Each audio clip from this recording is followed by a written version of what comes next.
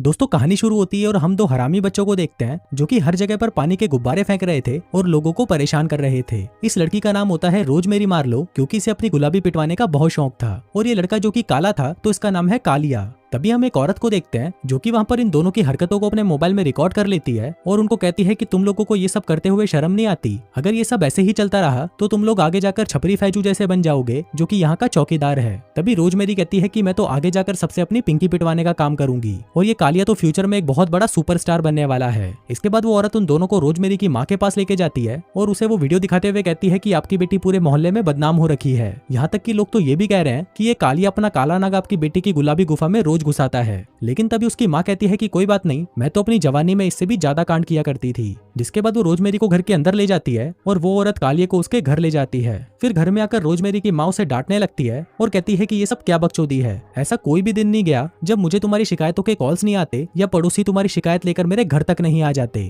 तुम और कालिया जहाँ पर भी जाते हो वहाँ पर शैतानी करना शुरू कर देते हो, लेकिन अब तुम अगले एक हफ्ते तक घर पे ही रहोगी, जो बोलकर उसकी माँ वहाँ से चली जाती है। अब उसके जाते ही रोजमेरी को कालिया का फोन आता है और वो उसे कहता है कि मेरे घर पर कोई नहीं है, तू जल्दी से यहाँ पर आ, मैं तेरे को अपना काला नाग दिखाता हूँ। उधर दूसरी तरफ हम छपरी फैजू को देखते हैं जो कि सफाई का काम कर रहा था, पर तभी अचानक से टाइम स्टॉप हो जाता है और सभी आसपास के लोग ऐसे ही रुक जाते हैं। तभी उसके पीछे से किसी नीले जादू का हाथ आता है जिसके अंदर से बिजली निकल रही थी। अब सीन यहाँ से शिफ्ट होता है और अगले सीन में हम रोजमेरी और कालिया को देखते हैं जो कि टीवी पर वीडियो गेम खेल रहे थे। लेकिन तभी अचानक उन दोनों के पिछवाड़े में पता नहीं क्या चुल मचती है, वो दोनों एक दूसरे पर खाना फेंकना शुरू कर देते हैं जिसकी वजह से वहाँ पर लगा टीवी नीचे गिरकर टूट जाता है। लेकिन तभी वहाँ पर रोजमेरी की माँ आ जाती है और घर की ऐसी हालत देखकर रोजमेरी से कहती है कि तुम अभी के अभी कालिया को यहाँ से बाहर निकालो। जिसके बाद वो रोजमेरी से कहती है कि तुम तो घर पर भी रहने के लायक नहीं हो, इससे अच्छा है कि तुम भी यहाँ से निकल जाओ और जो करना है करो। अब रोजमेरी वहाँ से जा ही रही थी कि तभी उसके पास एक चौकीदार आता है जो कि बहुत ज्यादा घबराया हुआ था। वो उसे कहता है कि वो मेरे पास आ रहा है। उसका शरीर पूरा नीला था और वो अपने हाथों से मुझे चरम सुख दे रहा था। लेकिन रोजमेरी को कुछ भी समझ नहीं आता और वो उसे कहती है कि सॉरी अंकल, मुझे यहाँ से जाना है। पर तभी चौकीदार उसे कहता है कि रोजमेरी, ये मैं हूँ छपरी फैजू, उस आदमी ने पता नहीं मुझे क्या कर दिया। जिसके बाद वो उसे एक ब्लैक बॉक्स दिखाते हुए कहता है कि मैं उसे ये लेकर आया हूँ और वो उसे वहीं पर रखकर चला जाता है। अब रोजमेरी उस बॉक्स को देखती है तो उस पर एक नोट लगा हुआ था जिस पर लिखा हुआ था कि ये ले लो और फिर मैं तुम्हारी ले लूंगा, मतलब मैं तुमसे ले जाऊंगा। पर तभी वहाँ पर वही औरत आ जाती है और वो उसे कहती है कि ये तुम्हारा नहीं है ना, मैंने अभी देखा कि वो बूढ़ा आदमी इसे यहाँ पर रख कर गया, इसलिए मैं इसे ले जाती हूँ, वैसे भी ये काफी महंगा लग रहा है। पर तभी रोजमेरी उसे कहती है कि नहीं नहीं, आप इसे नहीं ले जा सकती। जिस पर वो औरत कहती है कि मैं इसके पैसे उस बूढ़े आदमी को दे दूंगी। जिसके बाद वो उसे ले जाकर अपने लॉकर में रख लेती है। पर तभी रोजमेरी उसे ये करते हुए देख लेती है। फिर जब वो औरत वहाँ से चली जाती है तभी रोजमेरी उस लॉकर को खोलकर वो बॉक्स उसमें से निकाल लेती है। फिर घर आकर जब वो उस बॉक्स को ओपन करती है तो वो देखती है कि उस पर कुछ बटन जैसा बना है। अब रोजमेरी जैसे ही उस बटन को दबाती है तभी खिड़की से बाहर उड़ रहे पक्षी अचानक रुक जाते हैं, लेकिन इसके बारे में रोजमेरी को कुछ पता नहीं चलता। इसके बाद जब वो उस बटन को वापस दबाती है तभी वो पक्षी फिर से उड़ने लगते हैं। रोजमेरी को लगता है कि शायद ये सब ऐसे ही बकचोदी है, पर तभी वहाँ पर उसकी माँ आ जाती है और रोजमेरी से पूछती है कि ये क्या है। वो कहती है कि ये तो कुछ भी नहीं है और ये उसे सड़क पर पड़ा मिला। अब उसकी माँ जैसे ही उस बॉक्स को देखने लगती है तभी रोजमेरी से वो बटन दब जाता है और उसकी माँ वहीं पर फ्रीज हो जाती है। रोजमेरी को कुछ भी समझ नहीं आता और जैसे ही वो उस बटन को वापस दबाती है तभी उसकी माँ वापस नॉर्मल होकर उस बॉक्स को उठाकर कहती है कि ये बॉक्स क्या चीज है। जिस पर रोजमेरी उसे कहती है कि ये जादुई बॉक्स है और इस बटन को दबाते ही ये बॉक्स गायब हो जाता है। जिसके बाद वो उस बटन को दबाकर अपनी माँ को फ्रीज कर देती है और उनसे वो बॉक्स लेकर उसे बेड के नीचे छुपा देती है। जिसके बाद जब वो वापस उस बटन को दबाती है तो उसकी माँ ये देखकर हैरान रह जाती है कि बहन ये क्या था। पर तभी वो रोजमेरी से कहती है कि मुझे पता चल चुका है कि तुम उस कालिया के साथ उसके रूम में क्या क्या करती हो, इसलिए अब तुम उसके साथ नहीं घूमोगी और अब पूरा वीकेंड तुम इसी रूम में रहोगी।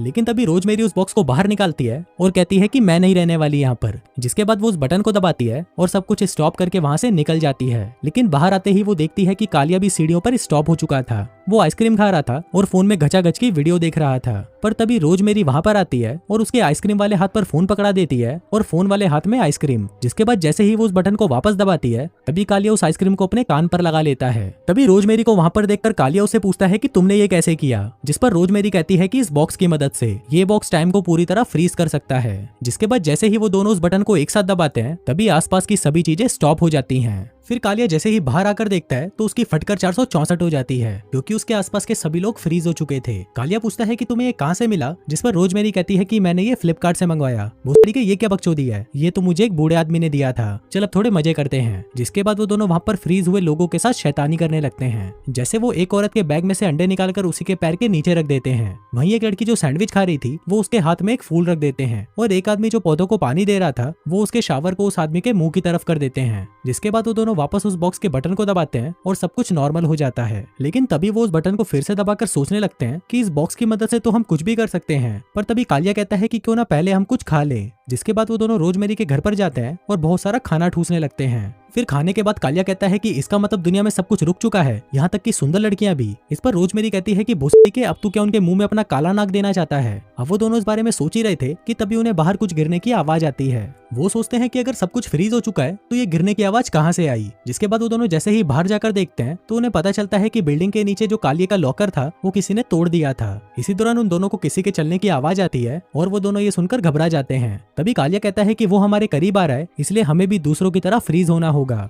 जिसके बाद वो दोनों वहाँ पर फ्रीज होने का नाटक करने लगते हैं। इसी दौरान वहाँ पर एक आदमी आता है जो कि पूरा नीले रंग का था। फिर वो उन दोनों के पास आकर देखता है तो उसे लगता है कि ये दोनों तो फ्रीज हो चुके हैं, इसलिए वो वहाँ से चला जाता है। अब उसके जाते ही कालिया पूछता है कि ये कौन था। रोजमेरी कहती है कि ये वही आदमी होगा जिसके बारे में वो बूढ़ा आदमी बता रहा था। तभी उन दोनों को किसी औरत के चिल्लाने की आवाज आती है और वो जैसे ही वहाँ पर जाकर देखते हैं कि ये तो वही जादू का चौथा था जो उस औरत के सामने खड़ा हुआ था जिससे रोजमेरी ने वो बॉक्स चुराया था। और वो आदमी अपने हाथों से उस औरत की सारी एनर्जी अपनी तरफ खींच रहा था। जिसके बाद उस औरत का आधा चेहरा किसी बूढ़ी औरत की तरह दिखने लगता है। फिर वो आदमी उसे वही नोट दिखाता है जो कि उस बॉक्स पर लगा हुआ था जिस पर लिखा था कि इसे ले लो और फिर मैं तुम्हारी ले लूंगा। तभी वो औरत कहती है कि मैंने इसे नहीं चुराया बल्कि मैंने तो इसे खरीदा था। अब वो आदमी वहाँ पर रोजमेरी और कालिया को भी देख लेता है, जिसे देखते ही वो दोनों वहाँ से भागने लगते हैं और भागकर रोजमेरी के घर में आ जाते हैं। कालिया कहता है कि ये सब क्या था और तब जाकर रोजमेरी को समझ आता है कि वो बूढ़ा आदमी भी छपरी फैजू था जिसको उस नीले जादू ने बूढ़ा बना दिया था। मतलब कि ये बॉक्स जो भी ले रहा है वो नीला जादू उसे बूढ़ा बना रहा है। लेकिन अब ये बॉक्स रोजमेरी ने चुराया था, जिसका मतलब था कि अगली बारी रोजमेरी की होने वाली थी। अब रोजमेरी की फटी पड़ी थी, पर तभी कालिया उसे कहता है कि अगर हम ये बॉक्स उसे वापस कर देंगे तो वो आदमी हमें कुछ नहीं करेगा। फिर आगे वो दोनों उस बॉक्स को सड़क के बीच में रखकर ऊपर से देखने लगते हैं। तभी वहाँ पर वो नीला जादू उस बॉक्स के पास आता है और वो उन दोनों को भी देख लेता है। तभी रोजमेरी उसे कहती है कि तुम्हें ये बॉक्स ही चाहिए था ना, अब तुम इसे अपने पास रख सकते हो लेकिन हमें छोड़ दो। पर तभी वो आदमी कहता है,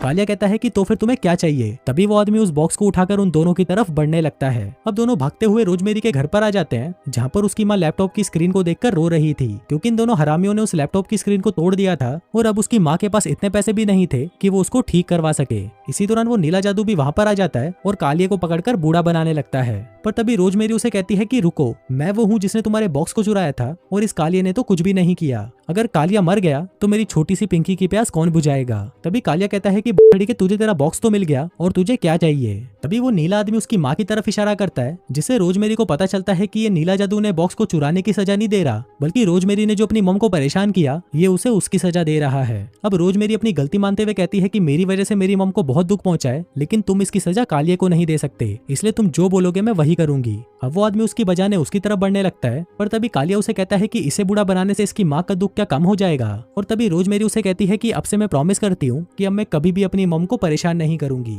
अब वो नीला आदमी रोजमेरी को मारने की बजाय उससे एक डील करता है, जिस दौरान उसके हाथ में से करंट आने लगता है। अब सीन यहाँ से शिफ्ट होता है, जहाँ पर हम उन दोनों को देखते हैं जिन्होंने अपना अपना सामान बेचकर पैसा इकट्ठा करना शुरू कर दिया था, क्योंकि रोजमेरी अपनी मॉम को वो सारा पैसा लौटाना चाहती थी जो उसकी वजह से बर्बाद हुआ था। इसी दौरान कालिया उसे कहता है कि क्या तुम अभी भी मेरा काला नाग लेना चाहोगी, जिस पर रोजमेरी उसे कहती है कि तुम पागल हो क्या, अब जाओ यहाँ से। तभी वो अपने पास रखे एक नोट को देखती है जिस पर लिखा था कि अगर तुमने अपना प्रॉमिस तोड़ा तो मैं तुम्हें सजा देने वापस आऊंगा। जिसके बाद हम देखते हैं कि उसकी एक हाथ की स्किन बूढ़े जैसी हो चुकी थी, जो कि उस नीले जादू ने की थी, उसे ये याद दिलाने के लिए कि आगे नीला जादू कभी भी आकर उसकी गर्दन फाड़ सकता है। और दोस्तों इसी के साथ ही ये कहानी यहीं खत्म हो जाती है।